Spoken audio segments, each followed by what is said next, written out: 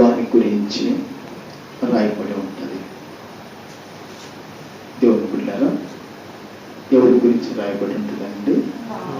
కావలి వాని గురించి రాయబడి ఉంటుంది. నేను చిన్నగా ఉన్నప్పుడు దేవుని బిడ్డలారా, మరి పొలాలకు కావలి కాసే వాళ్ళు ఉన్నారు. పొలాలకు కావలి కాసే కాపరులు ఉంటారు.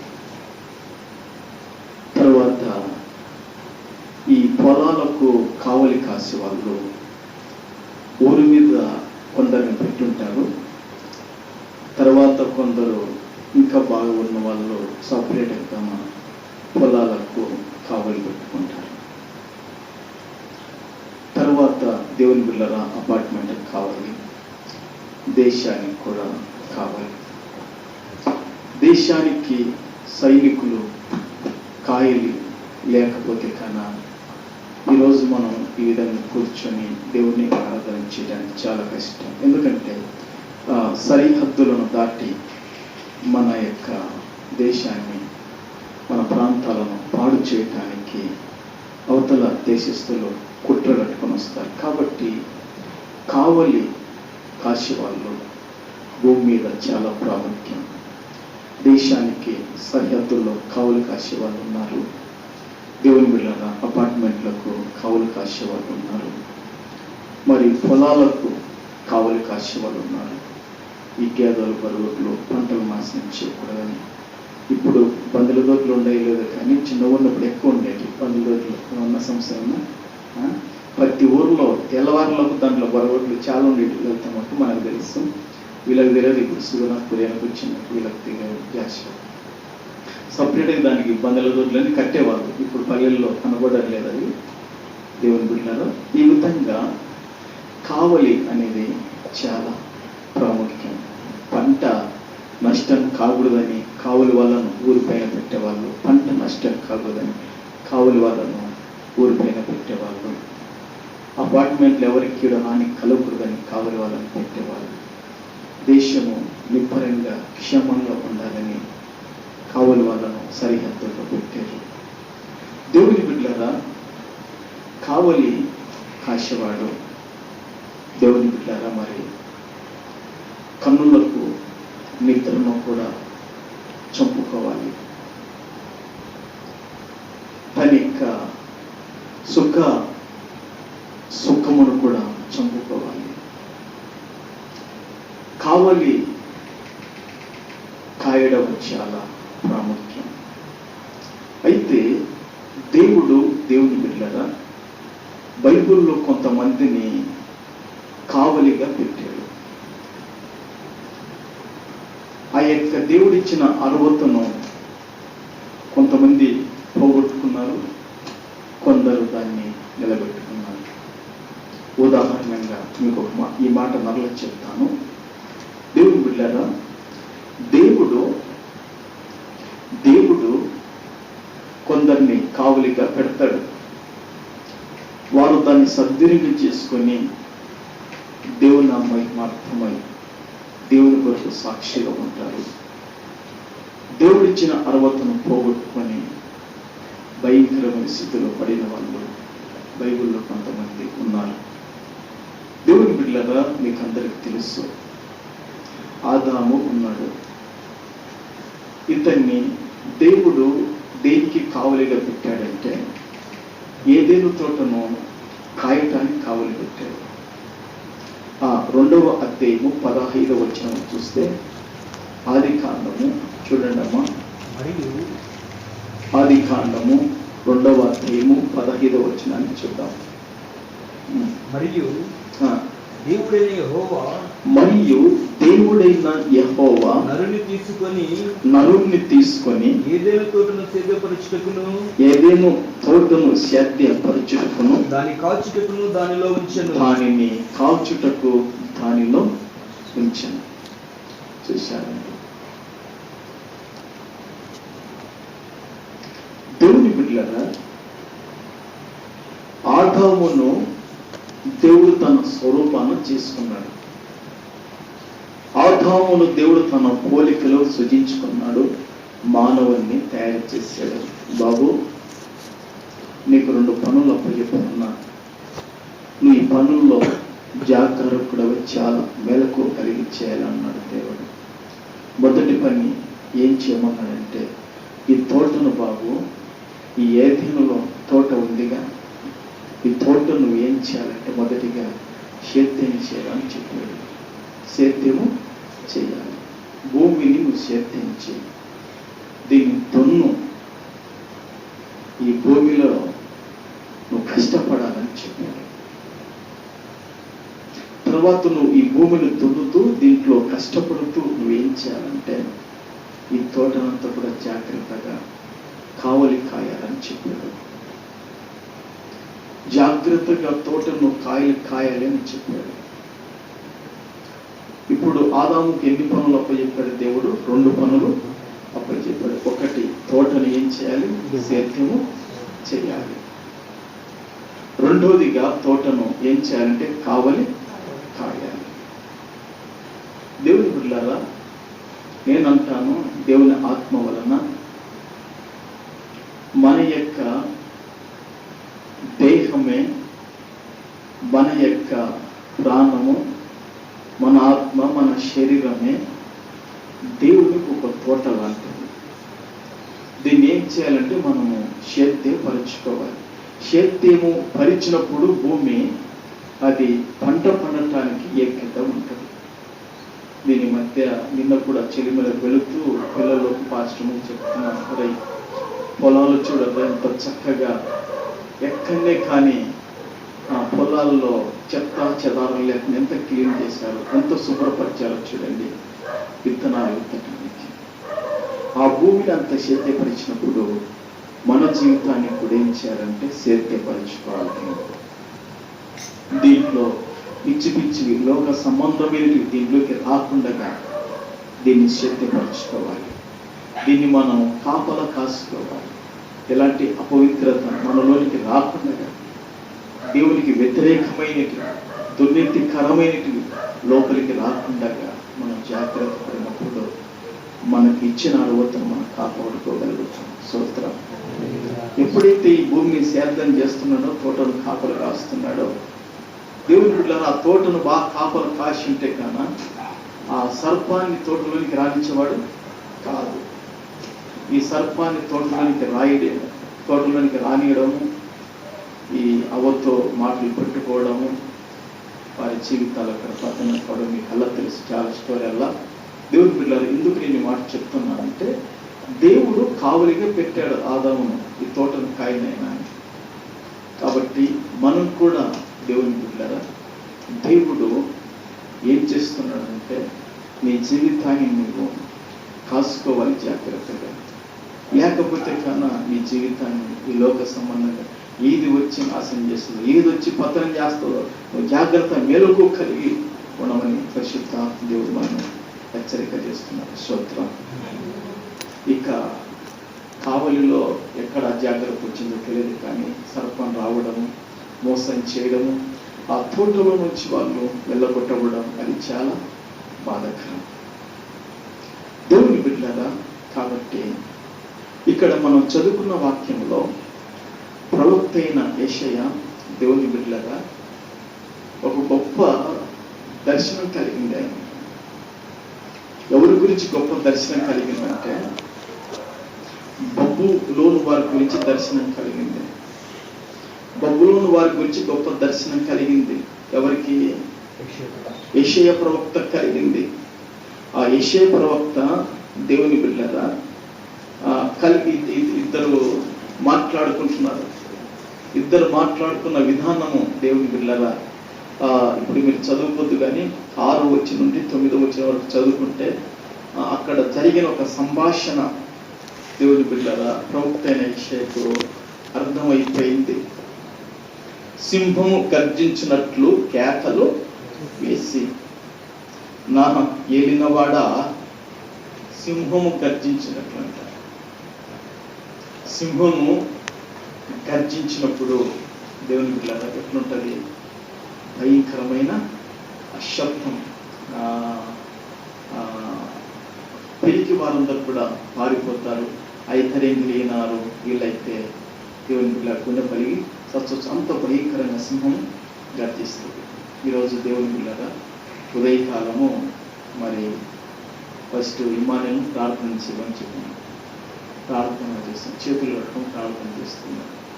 చేతులు కట్టుకొని కాదు ప్రార్థన చేయాల్సింది. బైబిల్ రాయబడింది, పురుషులు ప్రతి స్థలములో కూడా చేతులు ఎత్తి ప్రార్థన చేయాలి రాయబడింది.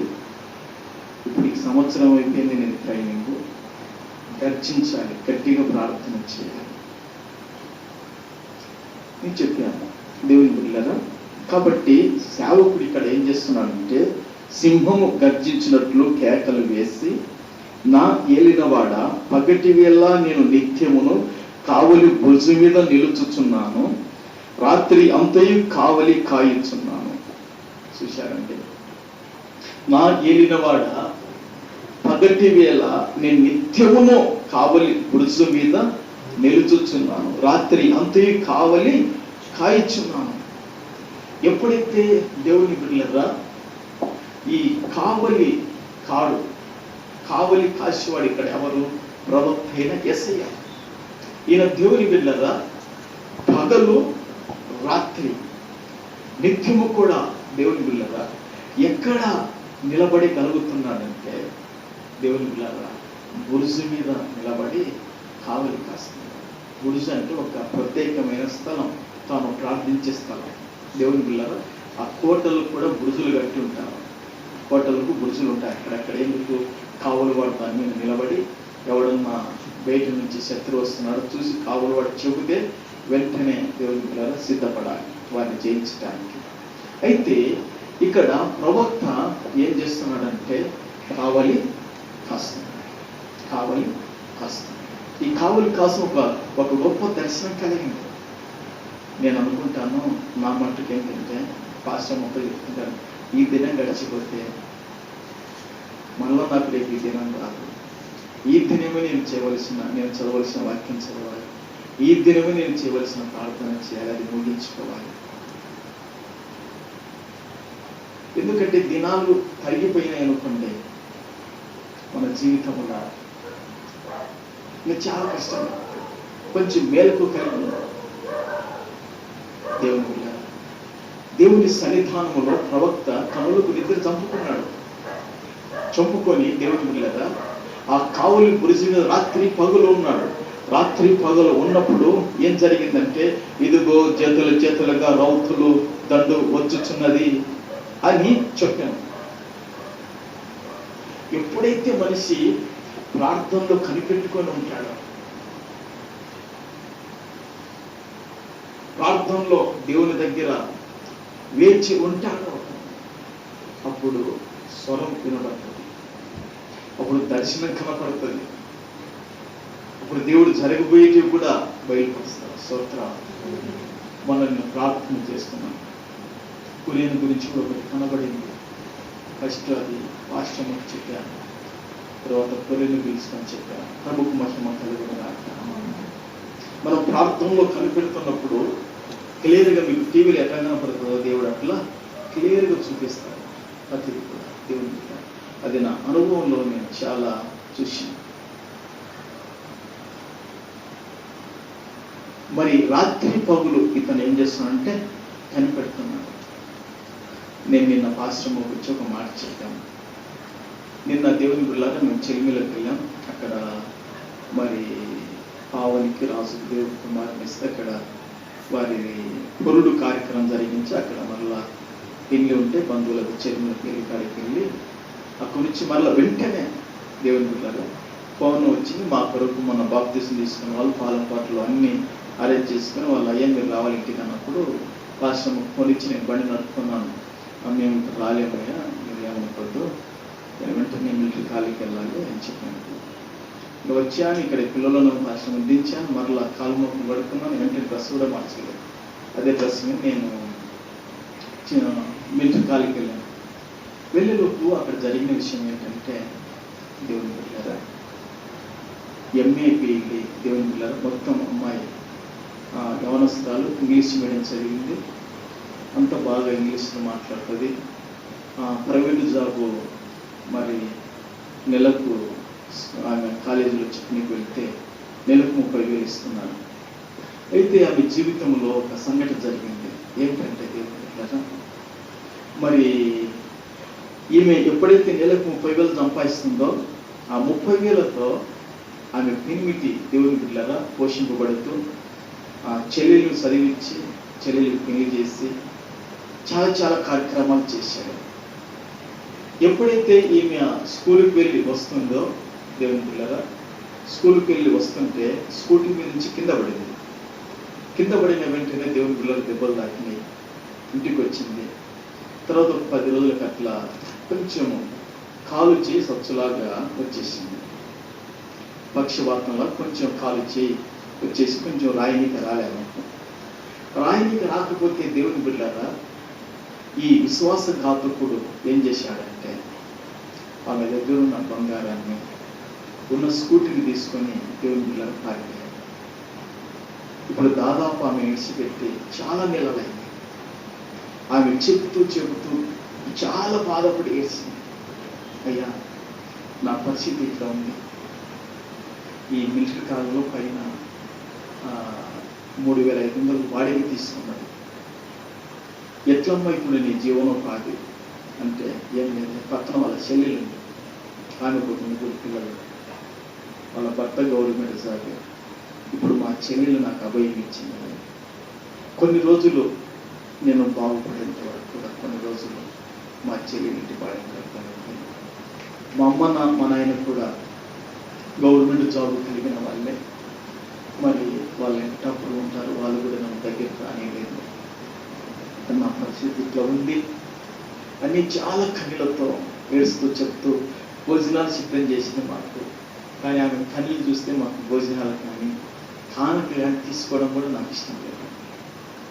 అమ్మ ఇప్పుడు ఏం భోజనాలు వద్దు, ఒకసారి వీళ్ళైతే నేను పాస్టర్ వచ్చినప్పుడు చేస్తామని చెప్పి ప్రార్థన చేసి దేవుని బిడ్డలారా మరి వచ్చేసాం. ఏదో కానుక పెడితే వద్దులేమని కూడా లేదేమో తృప్తి కొరకు కానుక తీసుకున్నాను, ప్రార్థన చేసి దీవించాను.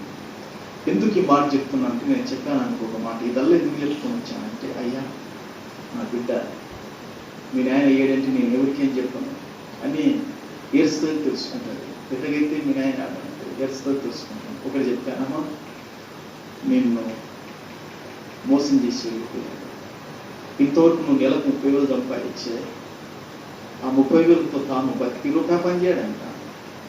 ఆ డబ్బులు తీసుకోవడం జీతం వల్ల నేను పిల్లలని ఇంట్లో చెల్లెళ్ళని చదివేయడం పెళ్లి అన్నీ చేసేసినాడు ఎన్నెన్నో. కానీ లాస్ట్కి మీకేం లేకుండా ఇంకొక అక్కడ సంబంధం పెట్టుకుని అక్కడ వేరే చోట బతుకుతున్నాను గడియల సైడ్. నేను చెప్పాను నువ్వు రావాలని ప్రార్థన చేస్తున్నావు, రావాలని కాదు నువ్వు ప్రార్థన చేయాల్సింది. ప్రభువా అతడు నాకు ఇప్పుడు విశ్వాసఘాతకుడై వెళ్ళిపోయాడు, వచ్చాడంటే నాకు నమ్మకంగా పోషించే పెనిమిటిగా ఉంటే నువ్వు తీసుకొచ్చినట్లు చేయి, లేకపోతే నా కొద్ది ప్రభుని ప్రార్థన చేయవచ్చు. అది ప్రభుకు మహిమ కలుగుతుంది. ఆ విషయం నువ్వు కనిపెట్టమ్మా. దేవుడు ఏదైనా బయలుపరుస్తాడు. నాకు దేవుడు బయలుపరచలేదు. నువ్వు ఇతని నమ్ముతున్నావు ఆయన నేను నమ్మకాకన్నాడు దేవుడు. కాబట్టి దేవుని పిల్లలు ఇక్కడ యెషయా ప్రవక్త కూడా రాత్రి అనక పగలనక కనిపెడుతుంటే బబులోను నాశనం గురించి దేవుడు చూపించాడు.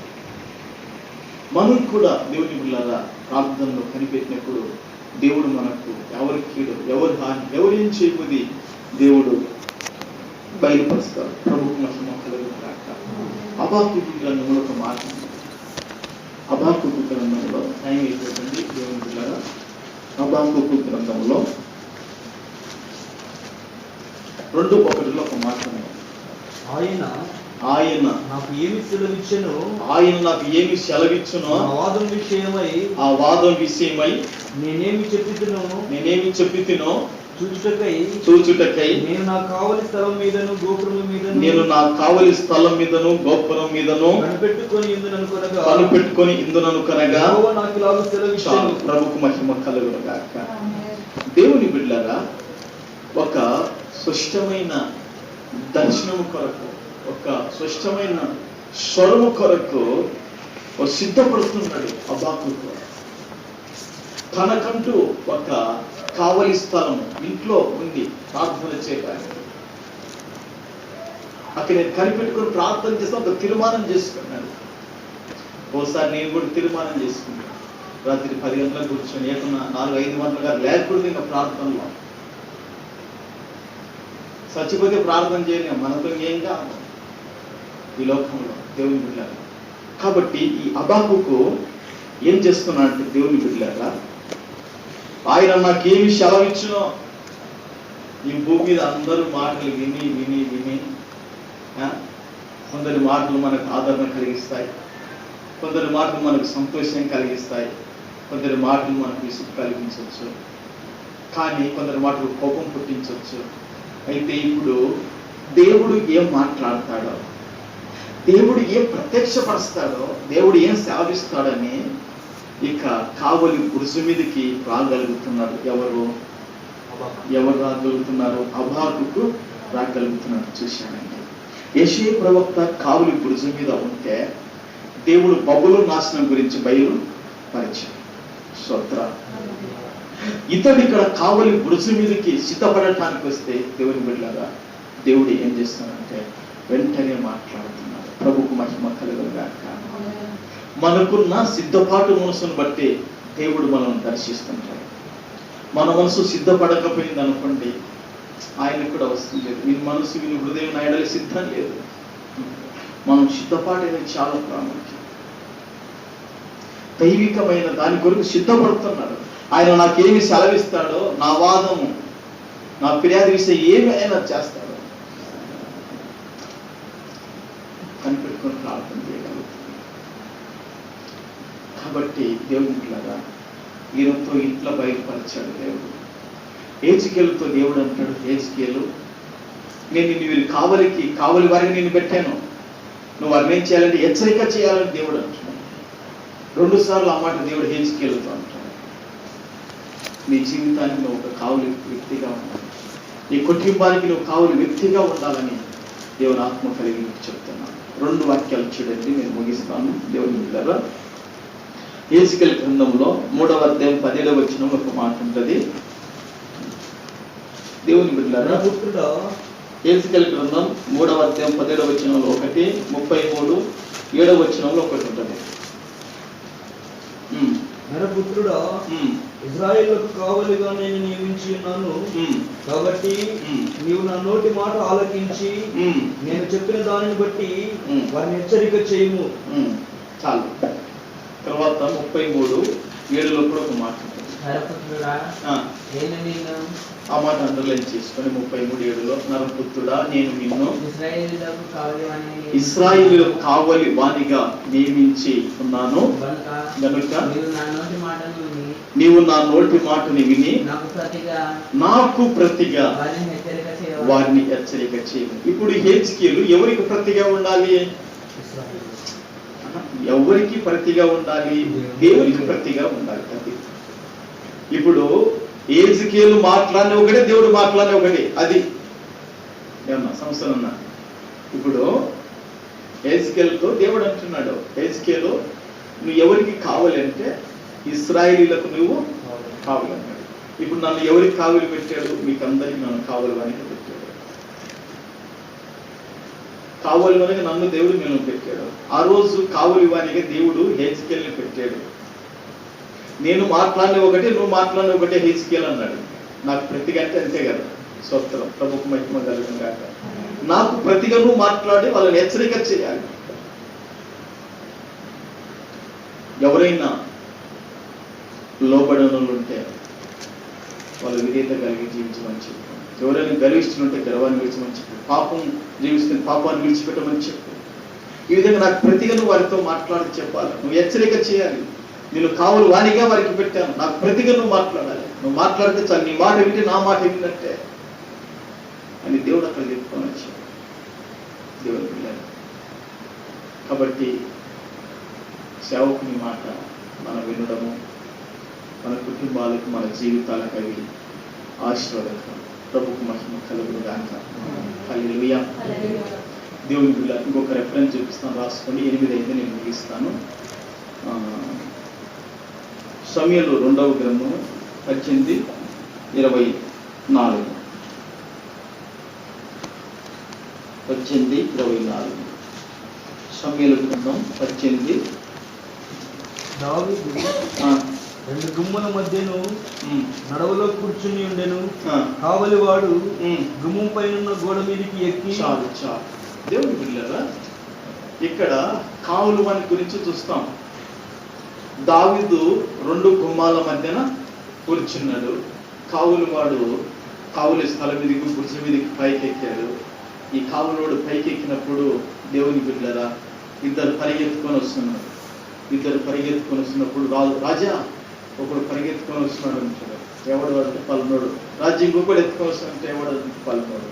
వాడు మంచోళ్ళు అంటాడు. అంతే చాలు, నేను ఇక్కడ చెప్తున్నాను దేవుని బిడ్డలారా. అంటే కావలివాడు ఉండడం వలన దేవుని బిడ్డలారా ఏం కలుగుతుందంటే, ఈ కావలివాడు అక్కడ లేకపోతే దేవుని బిడ్డలారా దావీదుకు మంచి చెడులు తెలిసేటివి కూడా కావు.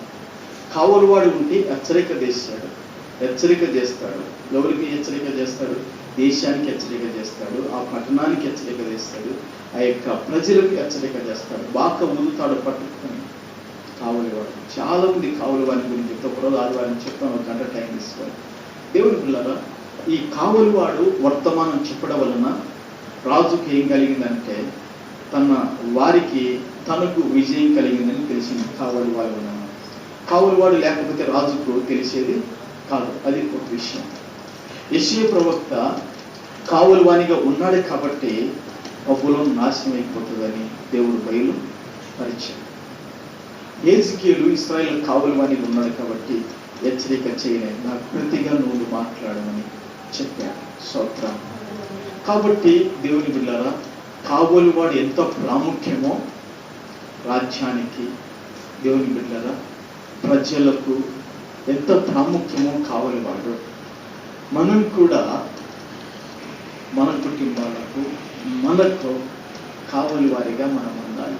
మనలను కావలివారిగా మనం లేకుంటే మన కన్నులు, మన యొక్క అవయవాలు మనం దాటుకొని పోతుంది. కావలివారిగా ఉంటే వాటిని మనం అణిచివేయాలి. ప్రభుకు మహిమ కలుగునుగా. నేను అందరికి చెప్పేది ఒక మాట ఏంటంటే, మన అవయవాలు నీతికి సాధనలు కావాలి, దుర్నీతికి సాధనలుగా ఉండకూడదు. ప్రభుకు మహిమ కలుగునుగా.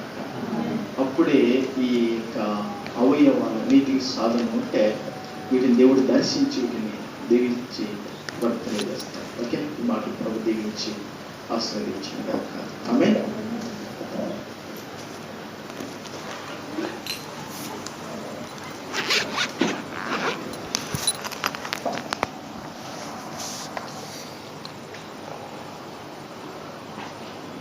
హల్లెలూయా, హల్లెలూయా, హల్లెలూయా, హల్లెలూయా, హల్లెలూయా, హల్లెలూయా, హల్లెలూయా, హల్లెలూయా, హల్లెలూయా, హల్లెలూయా, హల్లెలూయా. మహాజ్ఞుడైన పరిశుద్ధుడైన తండ్రి, సర్వాధికారివైన మా యేసు ప్రభువా, పరిశుద్ధాత్మడైన దేవుడా, నీకు వందన ప్రభువా, నీకు స్తోత్రములు చెల్లిస్తున్నా. దేవా, కావలివాడ, రాత్రి ఎంత వేలైనది. కావలివాడ, రాత్రి ఎంత వేలైనదని యెషయాలో రాయబడిందయ్యా. కావలివాడు ప్రభువా, రాత్రి పౌలు భుజం మీద నిలుచుచున్నాడు. ఒక గొప్ప దర్శనం కలిగింది, మాట్లాడుకునేది, బబులోను గురించి సమాచారం తెలియబడింది. అయ్యా, రాత్రి అయినా పగలైనా వీలైతే నీ కొరకు మేము కనిపెట్టుకునే అభిషేకం మాకు కావాలయ్యా. అట్టి కృపను మాకు అనుగ్రహించమని ప్రార్థిస్తూ స్తుతిస్తున్నాం. ప్రభువా, నీకు స్తోత్రాలు. స్తుతులునైనా వారు కావలివారు. వారికి ఆ రోజు శరీరం ఉంది, కానీ ఈరోజు మాకు ఉంది.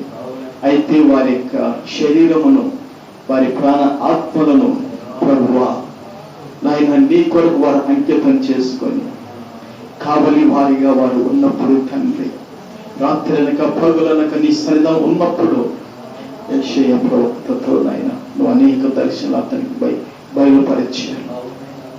అవును తండ్రి, నీకు వందనాలు, స్తోత్రాలయ్యా. అంత మాత్రం కాదు ప్రభువా, నాయనా హబాకుకు కావలి వానిగా ఉన్నాడు, అతనితో మీరు మాట్లాడేవయ్యా. ఏజికేలుతో నువ్వు అంటున్నావు, నేను నిన్ను కావలి వానిగా పెట్టాను, నాకు ప్రతిగా నువ్వు మాట్లాడితే చాలు అంటున్నాడయ్యా. నువ్వు హెచ్చరిక చేయాలి, దుర్మార్గుని హెచ్చరిక చేయాలి, మంచోని హెచ్చరిక చేయాలి, అందరినీ హెచ్చరిక చేయాలి. నాకు ప్రతిగా నువ్వు మాట్లాడితే చాలు అంటున్నావు. అవునైనా ప్రభువా, సేవకుని నీకు ప్రతిగా భూమి మీద పెట్టుకున్నావు తండ్రి. అయినా నీకు వందనాలు ప్రభువా, స్తోత్రాలు తండ్రి. ఆదామును మీరు కావలి వానికి పెట్టారు తోటకు, కానీ కాయలేకపోయాడయ్యా, మీకు స్తోత్రాలు. అవును తండ్రి, అయ్యా మేమే నీకు ఒక తోట, ఆ తోటలో మీరు ఆ రోజు సంచరిస్తున్నారు. ఈరోజు నాయనా మేమే నీకు ఒక తోట కదయ్యా. నాయనా ఈ తోటలోకి నువ్వు సంచరించాలి, నీవు ఉండాలయ్యా. ఈ యొక్క దేహంలో ప్రాణం పురుషం ఏది కూడా రాకూడదయ్యా, దేవుని ప్రవేశం ఉండకూడదయ్యా. తండ్రి నీకే ప్రవేశం. అవును తండ్రి, కృప మాకు సహాయం చేయమని ప్రార్థిస్తున్నాం తండ్రి. క్లుప్తంగా ఈ వాక్యాలను బోధించాం తండ్రి. మేము కూడా మా జీవిత కాలంలో కనిపెట్టి ప్రార్థించాలి, కావలి వారిగా మేము ఉండాలి తండ్రి. నువ్వు జరగబోయి మేము తెలుసుకోవాలి, అంటే కృపను సహాయం చేయండి. విత్తబడిన వాకి 30 నూరంతలుగా ఫలింపచేయమని ప్రార్థిస్తున్నాం. కూడి వచ్చిన వాళ్ళందరినీ కూడా పేరు పేరు వరుసని జ్ఞాపకం చేసుకోండి నాయన. వచ్చిన వాళ్ళందరినీ కూడా పేరు పేరు వరుసని జ్ఞాపకం చేసుకోండి. వీళ్ళకి కావలసిన ఆరోగ్యం, ఆదరణ, నెమ్మది, సమాధానం, క్షేమం వీళ్ళ జీవితంలో మీకు దీవెనలు కుమ్మరించి ఈ చిత్తం నెరవేర్చి బలపరచమని ప్రార్థిస్తున్నాం ప్రభువా. నీకు స్తోత్రాలు నైనా. రేపు ప్రభువా ఉదయకాలం ఆదివారం 10 గంటల నుంచి 12 వరకు ఆరాధన జరుగుచుండగా ప్రభువా, ఇక్కడ మీరు తోడుగా ఉండి, ఇక్కడ మీ సన్నిధి అనుకరించి ఆశీర్వకరంగా దేవునికరంగా నడిపించి ప్రతి అభ్యంతరాలను తొలగించి నేను ఆ మహిమార్థం జరిగించాలని మీరు కృప చూపించాలని పరిశుద్ధుడైన యేసు నామములో అడుగుచున్నాను పరమ తండ్రి, ఆమేన్. యేసు రక్తమే, యేసు రక్తమే, ప్రభు యేసు సంపూర్ణ చింతన.